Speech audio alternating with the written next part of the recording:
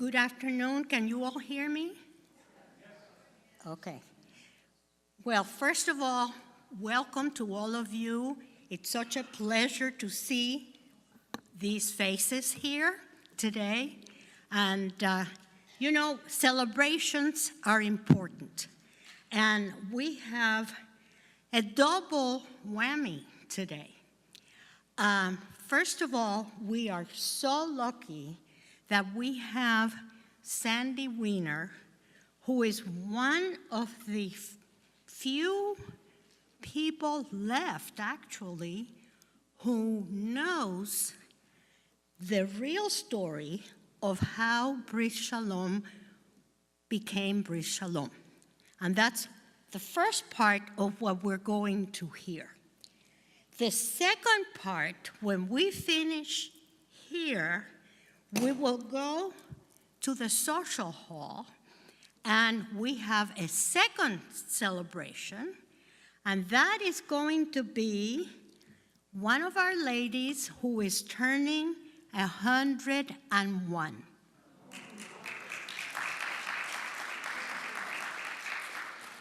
And so that is obviously very, very special.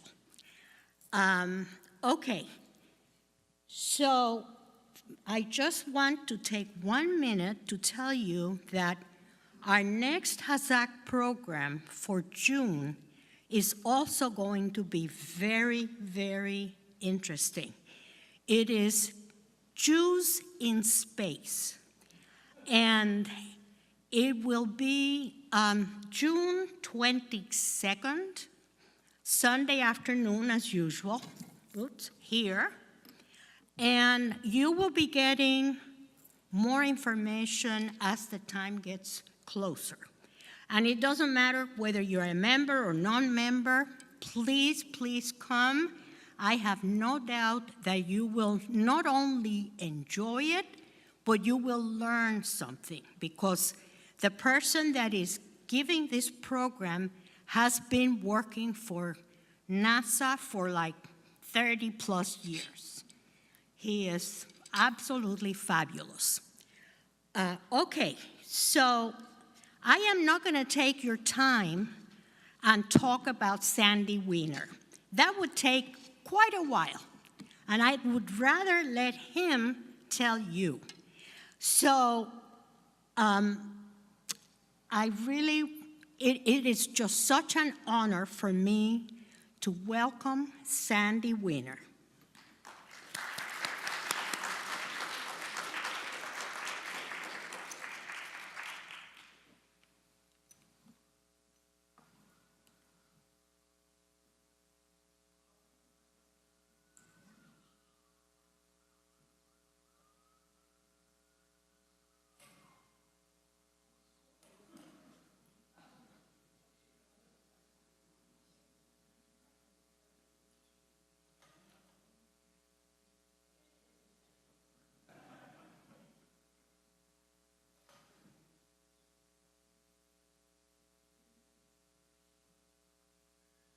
That may have been the most useful thing I do today.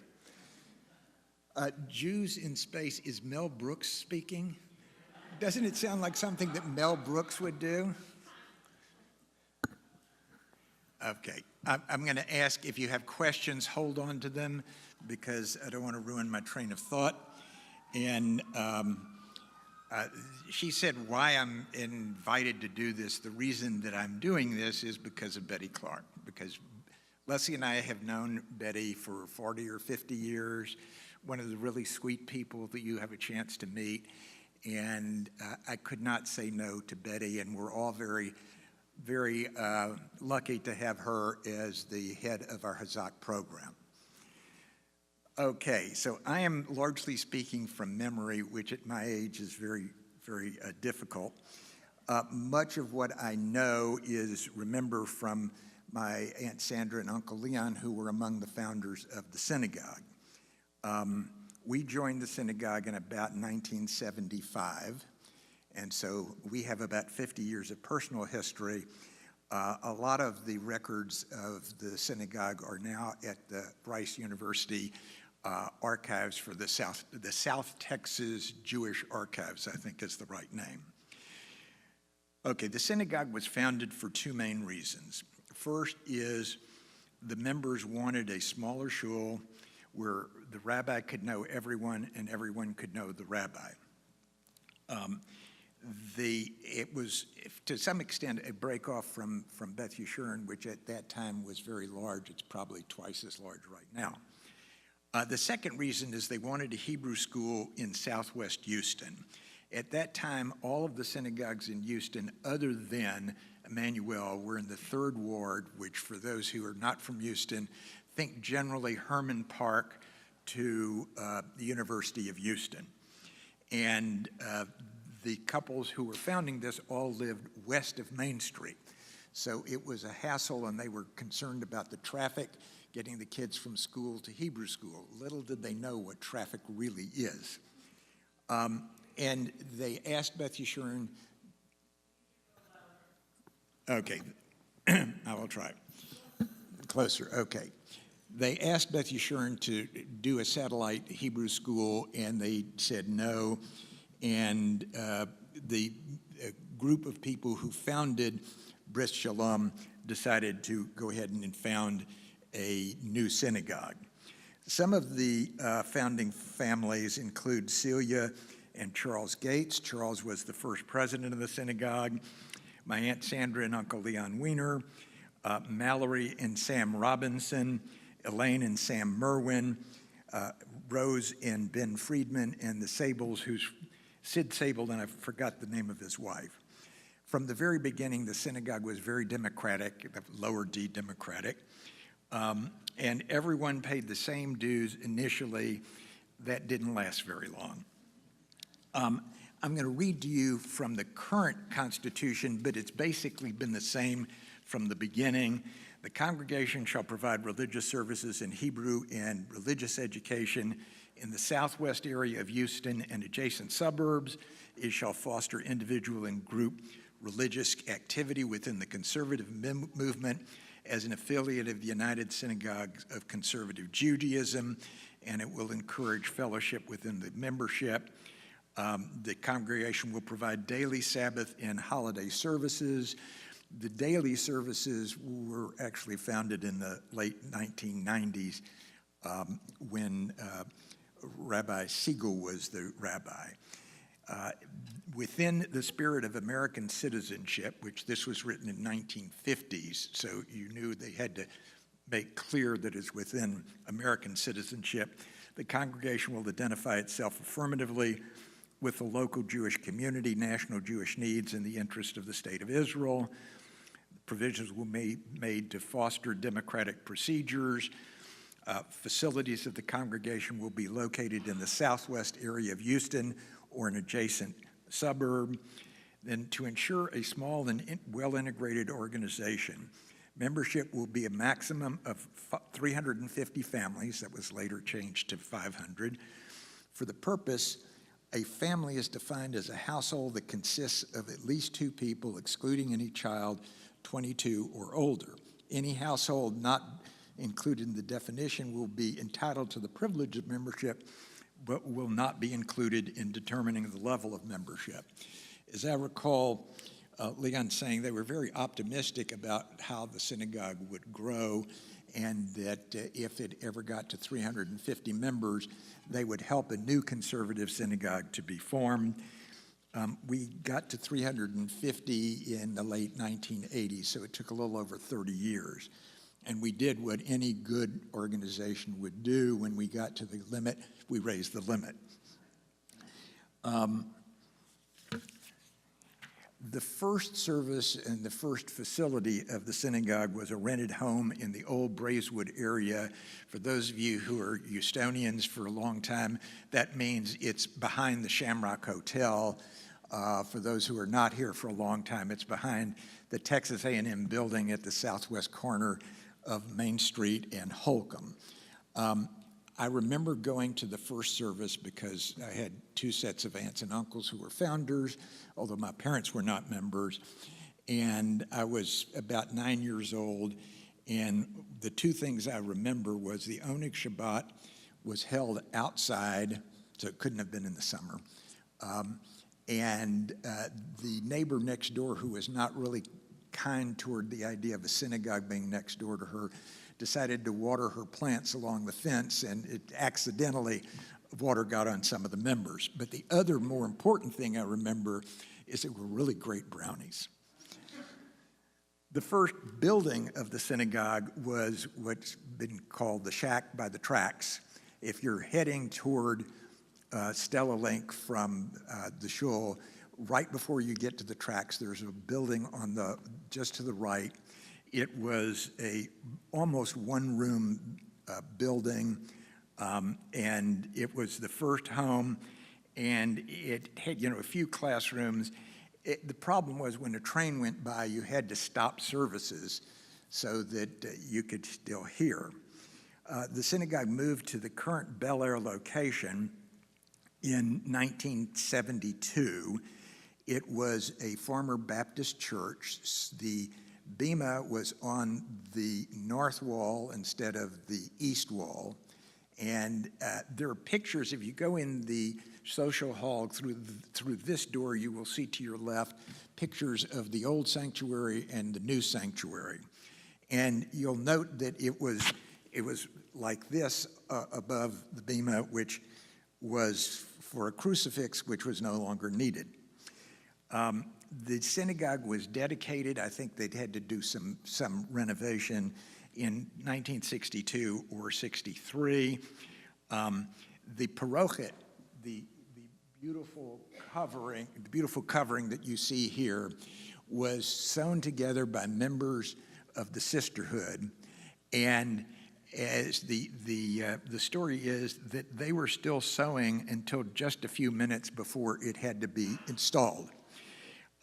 Rabbi Kahana did research on colors of that were in the tabernacle, and he came up with some very, very specific colors. My Uncle Leon then was one of the owners of Weiner stores that had piece goods, so he went to New York and he had to go through and find the exact color, and you can't buy this much of a piece good. So he said it took several years for Weiner stores to sell all the rest of the piece goods that were not used. The social hall over here was added in around 1967, and I remember before the renovations in the 1980s, it was on a different level than the sanctuary.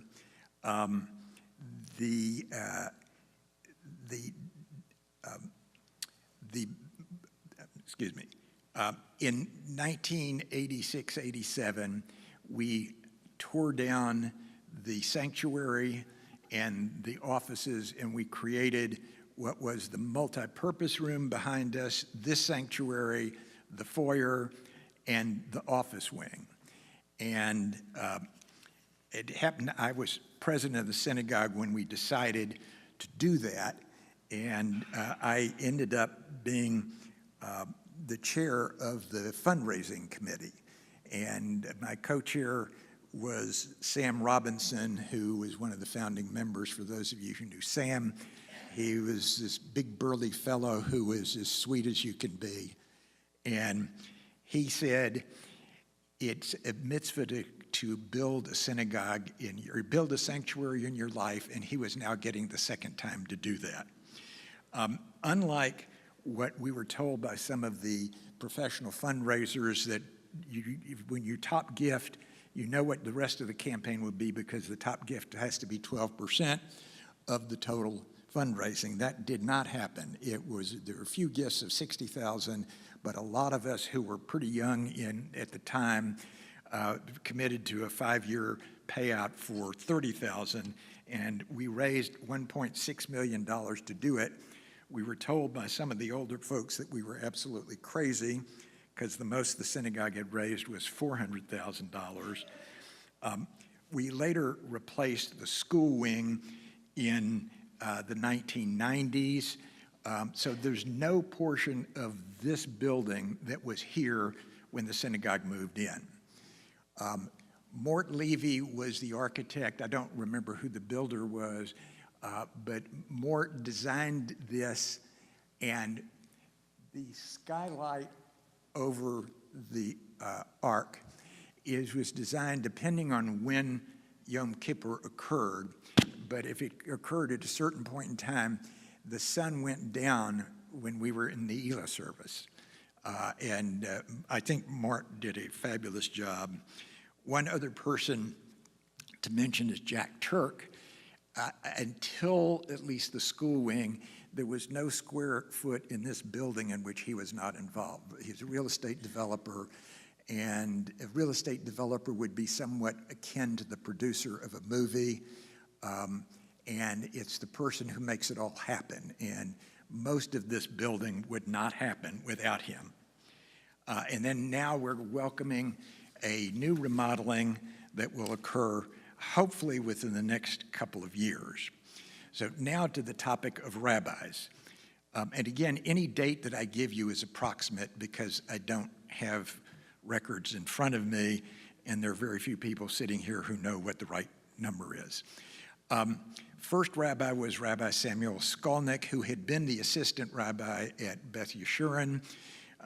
Rabbi Malev, who was my rabbi growing up, did not take kindly to the idea of another conservative synagogue in the Houston area, and less kindly to the idea of his assistant going to help form the synagogue. He was there for a while. He ended up in Bethesda, Maryland, in the synagogue that my sister-in-law grew up in. Then there was a Rabbi Skye. Rabbi Kahana came about 1959 from Israel. He suffered a severe heart attack about 1973 or 74 when the doctors told his wife, go ahead and call Levy Funeral Home and make arrangements.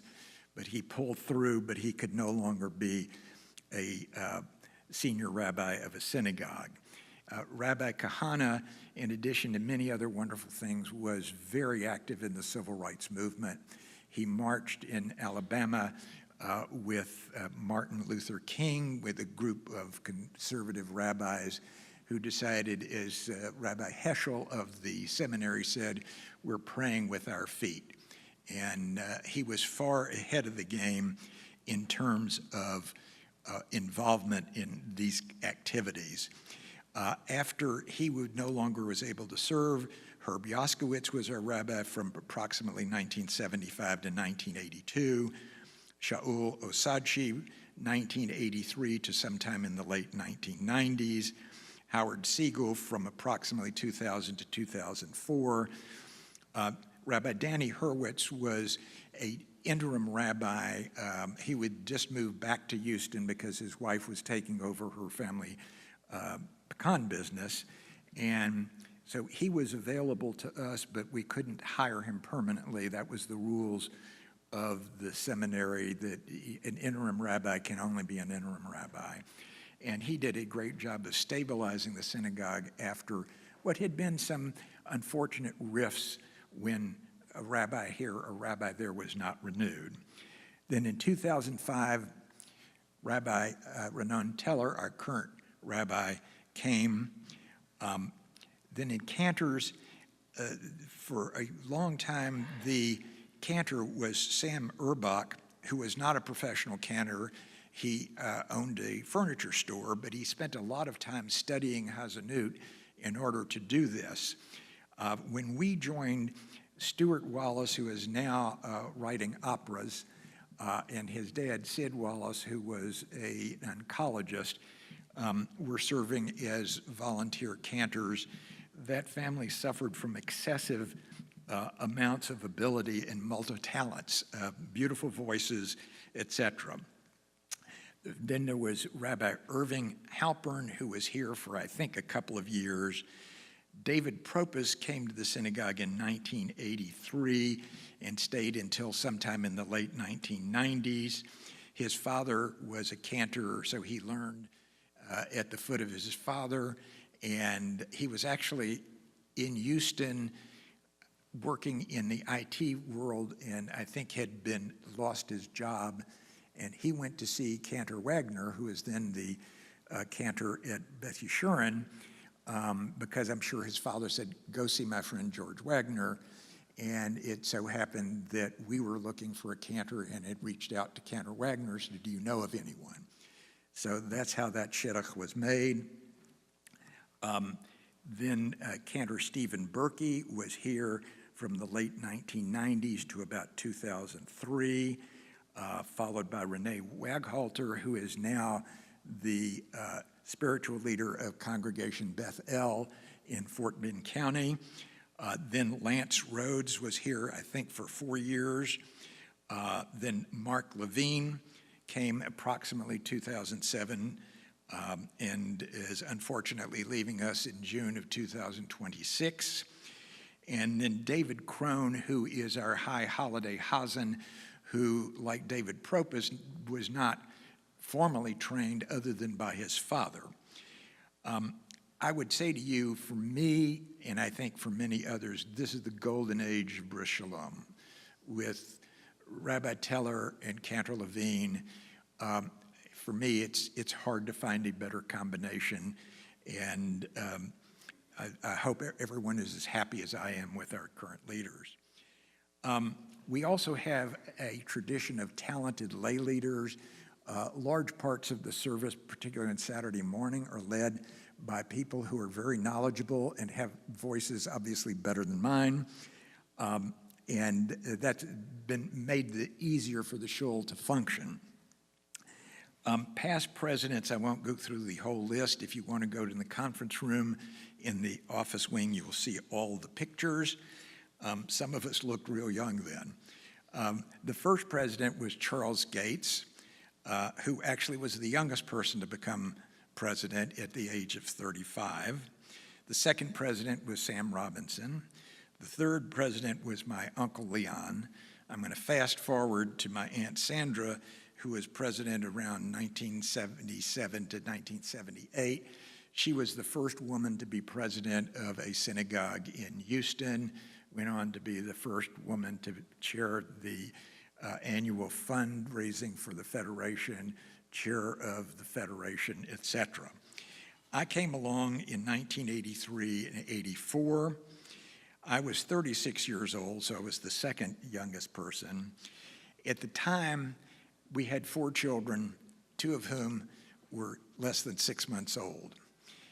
What was I thinking to become president of this synagogue? And thankfully, my wife Leslie made it possible for me to do that.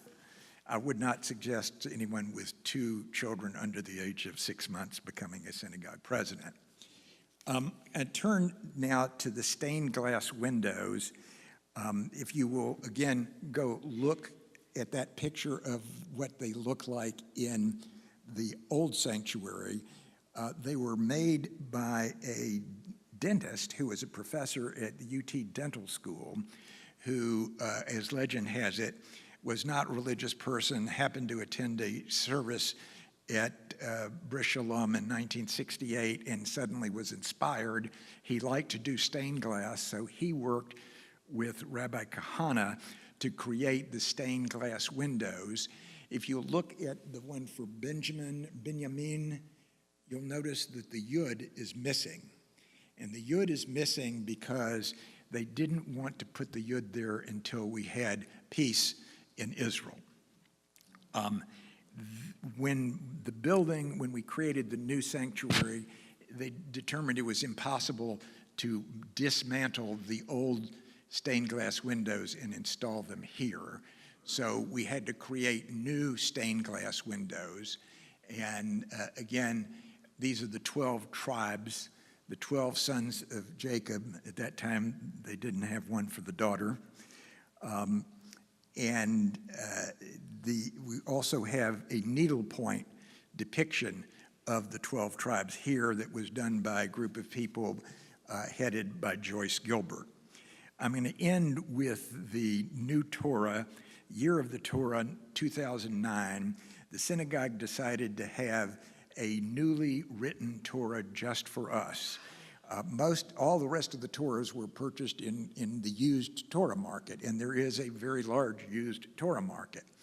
And we had a scribe come in. Well, we hired a company that does this work where they come in here, and there's a scribe in Israel who's actually writing it. And one of the stories, when one of our members went to see this process, there was a fish tank in the room where the scribe works. And he said, "Why do you have a fish tank?" He says, "Because it's very dry in Jerusalem, so you need some humidity while you're writing a Torah." Again, the scribe would come here and would fix the existing Torahs where they could be fixed. One of the Torahs was beyond repair, and we had a ceremony where we had to bury that Torah. If you have sacred writings, you're supposed to bury, not burn or otherwise destroy. So we had Rabbi Druin, the senior Rabbi Druin, come here with his long beard and his long black coat, who looked like he came off the cast of Fiddler on the Roof. And he came here, and we decided to make this a learning experience for the children in the school. So we had that Torah up here, and the children could come by and see what a Torah looked like, and they could touch it because it was no longer kosher. We then had to disconnect it from the Eitz Chaim, which are the wooden sticks that hold it. And Leslie and I were up here, and it was the feeling like you had disconnected someone from life support. We then had a motorcade that went to Beth Yeshurun Cemetery, where we buried the Torah and also a lot of books, and Beth Yeshurun also buried some books. I remember Rabbi Teller walking down a rickety set of stairs into the gravesite and gently placing the Torah there. It was an opportunity for those people who wanted to bring their children or grandchildren to a cemetery to see a cemetery where it was not a human being being buried. And so several people did bring their children or grandchildren there. In some cases, they could point to the grave of the person for whom that child was named. I would say to you that of all the things I have ever done in the nonprofit world, the most satisfaction I have ever gotten was to raise the money for this sanctuary. Every year, particularly on Rosh Hashanah and Yom Kippur, where you're here for long periods of time, I get to look around and see it and thank Mort Levy for designing it the way he did, and of course, thanks to Jack Turk for making it possible for all of this to happen. So that's it. Brief history, some is actually true. But I don't think there's anyone here who can actually challenge me. Uh-oh. Hold on, there's a microphone. My question is, why did Brith Shalom buy or have a cemetery? The reason that the question is why we don't have a cemetery, and the answer is because there are a lot of people who said, yes, I want a cemetery. When you ask them how many of you are committing to buy a plot, it was a very small number. And because there were not enough people who would commit to buy cemetery plots, it was financially unrealistic to think that we could do that. There's a lot of state law governing cemeteries, and you have to be outside the city limits of a city. It's quite expensive to do, and most of the people in the synagogue who bought plots bought them at Beth Yeshurun Cemetery or Emmanuel Cemetery. Other questions? You didn't mention Lorraine and Sidney Brown, who I understand from them, because I knew them. Say that name again? Lorraine Brown and Sidney Brown. Yes. And they were both founding members. My parents were not founding members, but came in the mid to late 50s, Herbert and Frances Kamenetz. So I just wanted to add that. Okay, well, I apologize because I didn't have all the names. I will say Lorraine Brown preceded me as president, and she was one of the greatest mentors you could ever ask for. She actually mentored the next several people, the people who became presidents of the synagogue after me, and she certainly deserves, as does Sid, who was a president of the synagogue. Sid used to call her Babe. So we were having an executive committee meeting, at their home, and he came in from the gym and he says, Babe, and I said, Sid, she's the president of the synagogue. You should be Madam Babe. And, yes.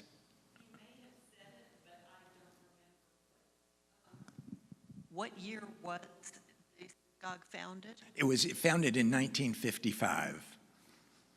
No, it was before then, I think. Well, no, 56, yeah, and so. It had Okay, just I been think it was founded. Yeah, that sounds 1955. right. One of the things you find when you go through and you see old material that Lorraine Brown would not have been referred to in a writing as Lorraine Brown. It would be Mrs. Sidney Brown. And let me say that Lorraine and many others, including my Aunt Sandra, did not need to be identified only as the appendage to their husbands. But that was the 1950s. Could you please tell us where the stones on the bema came from and from whom? These stones are Jerusalem stones. They're all from Jerusalem. They are they have to be obviously cut and then cleaned up. But it was felt that having that connection with Jerusalem, and you have the white stones, and then you had this beautiful parochet, that it set that off beautifully. Wasn't there a member who was from Israel who was the one who was able to select this? It could have been that there was a member who selected that. I don't remember that. It's a good thing you remember some things, I remember some things. Good partnership. Any other questions? Yeah, I have a couple of questions that'll sound very naive, in part because I've been out of Houston for more than 50 years. But I was wondering if you could comment a little on the choir for the synagogue and whether it's still extant. I don't know. Say that again. What The choir. The choir is, we no longer, as I understand it, and I'm not sure exactly how this works, we no longer have a high holiday choir. I am told there was a questionnaire that went to the membership, and the majority of the membership did not want to have a high holiday choir anymore. I was in the minority who really wanted to have a high holiday choir. There is now a maybe called Brith Shalom Singers that sings at some services and at some events, and a lot of the members of that group were people who were in the choir before, but we no longer have a high holiday choir, which I must say I miss. And similarly, I'm not sure what is the fate of the Saturday morning minyan that occurred before the services. Okay. Is that still going on? In Saturday, well, until the 1970s, unless there was a bar or bat mitzvah or some other special event, there was no 9 o'clock or 10 o'clock service. There was a 7 a.m. minyan that was composed almost exclusively of men who would go to minyan at 7. They would, at the time, go to the Pancake House on Bel Air to have breakfast and then go to work. I was told by someone that my grandfather started that custom of going to the pancake house, and he bought breakfast for everyone, which meant more people wanted to go. Not because it was my grandfather, I might add. But that service still continued, and I don't think it still continues now. A lot of the people, when I went several times, and the people who were running it were actually members of Beth Yeshurun. Again, and I think as we moved the Saturday morning service from, in the 1975 or 6, it started at 10:15, then it started at 10, then it started at 9:45, then it started at 9:30, and I think fewer people still worked on Saturday. It was felt that we didn't need the 7 a.m. minyan. For those who wanted to get a very early service could go to Beth Yeshurun. Now, I'll also tell a story about your dad. He would, number one, he was a member of the choir, and there was a particular solo on the high holidays that he had. And every year, when we get to that part of the service, Leslie and I turn to each other and say, "That's Bernie Goldberg's." And then he was sometimes the gabbai who would call people to the Torah, and he would then do the blessing with their name, and if you got a Mishaberach from Bernie Goldberg, you were blessed. One other, if I could, this is just, he was one of these very brilliant people and worked for an oil company and whatever advanced mathematical, and I asked him, "Bernie, have you ever found any oil?" And he said, "No, but I didn't lose any." Other questions, Janice?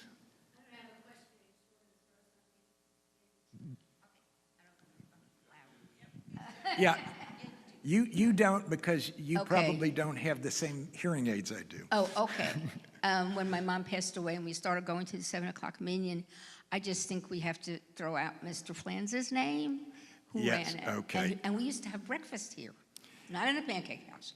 We used to have breakfasts here. Yes. And he was this little bitty guy, and he was wonderful. yeah. It's Goldie Reshevsky's father. Mr. Flans, who was maybe 5 feet tall, who was, I think he had something to do with Prague, and he was the leader of the minyan for several years, and he was in poor health. His wife, Goldie, was for a few years in charge of the kitchen. Oh, his daughter, Goldie, was in charge of the kitchen, and she somehow, because she didn't draw a salary, we actually made money in the kitchen. She was, I entitled her the Secretary of Goodies.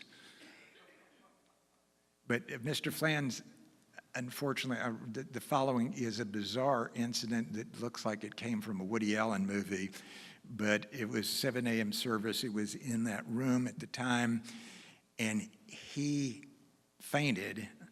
They had to bring the medics in, and the service is going on while the medics are there, and I can imagine everyone in the tallis and chanting in a strange language, and seeing this guy coming bringing the nitroglycerin pills for Mr. Flans. But it was just a very lovely man. Other questions? Well, if not, Betty, do you want to come up and do the rest?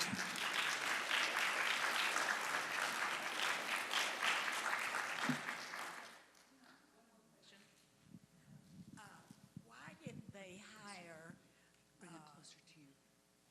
Pardon? Bring the mic closer to you. Rabbi Danny Horowitz as a Okay. rabbi here? I didn't understand what you said. When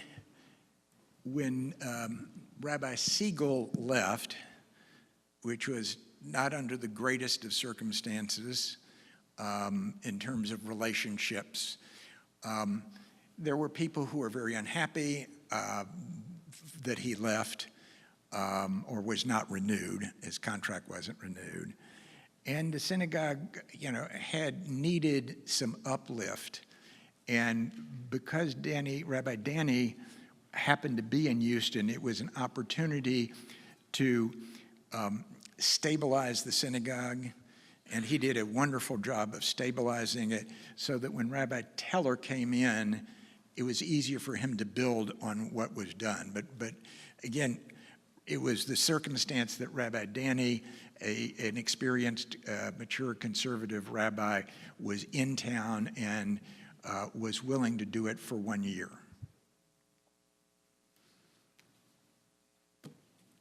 Okay? Thank you.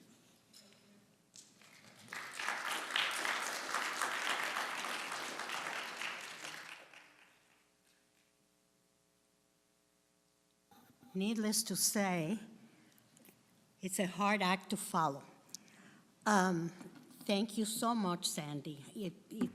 You have provided us with very, very valuable information because, again, we have very few people left that could tell that story.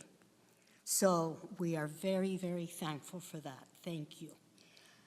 So next, I think it might be perhaps, are you okay, Kayla, coming up?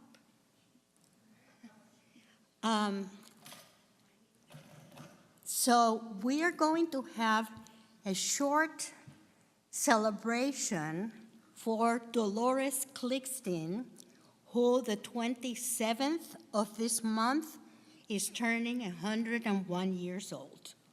And I would like her mom, her daughter, I'm sorry. Yes, I'd love her mom. I would love for her to say a few words about Dolores because she is quite a special lady.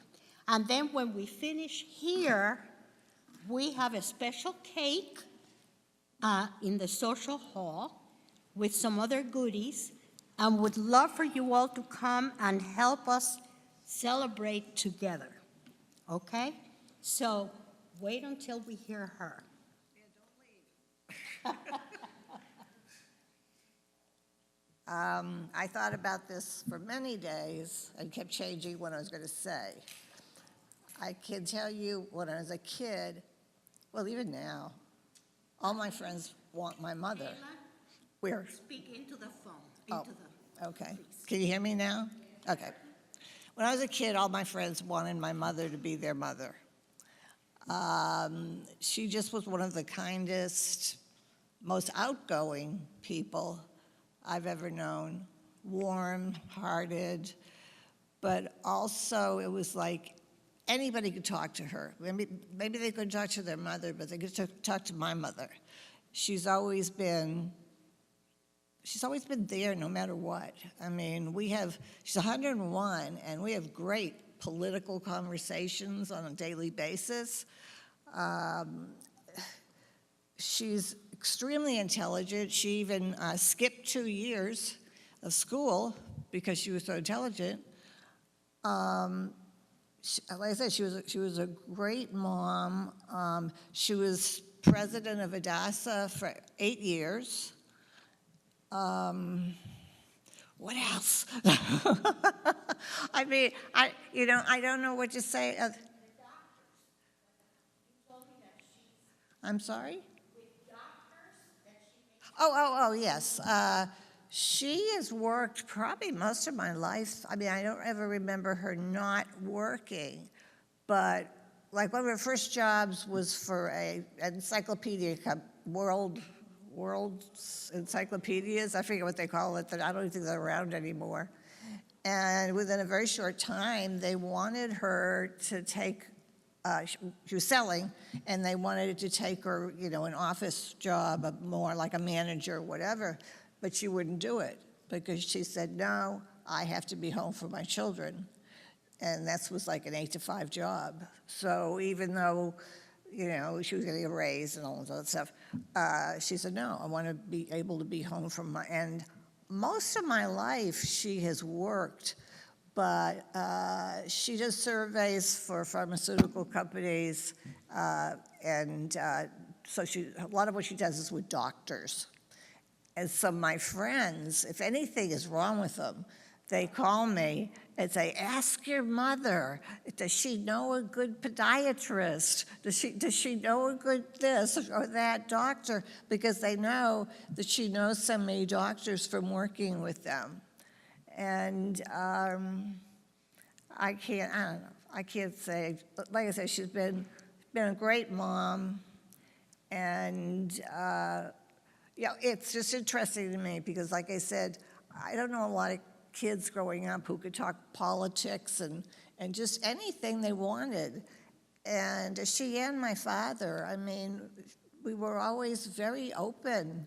And, we just talked about everything.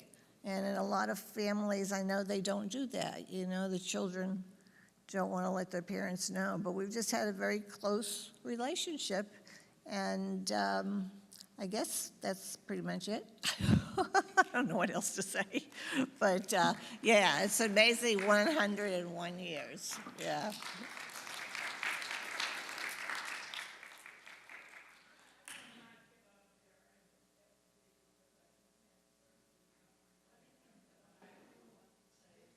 Let me give you the microphone.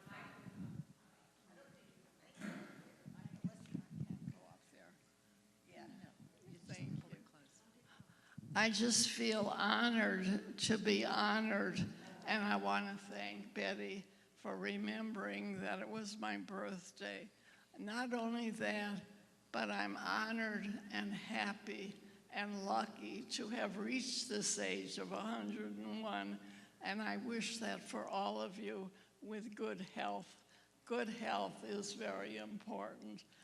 To reach this age without it would be meaningless. But anyway, I want to thank my beautiful daughter and my lovely son-in-law. I don't know what I would do without them because I was flooded out of my house. I was in a hotel, and I fell down and broke my femur. And the thing I hoped for and wished for the most was that I could walk out, and I did that. So I'm lucky for that, and I thank all of you. I know a lot of you I have seen before, but I don't know your names. I don't really know who you are, but I'm so happy to see all of you here.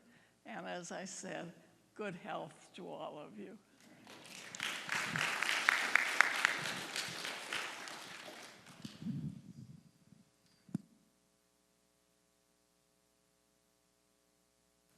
Unless somebody has any particular questions for Dolores or for Sandy, and of course this can continue, so please let's just go over to the social hall now, and we have a cake, and let's partake of all our goodies. And thank you so much for coming. Come again, okay? We need you. Thank you.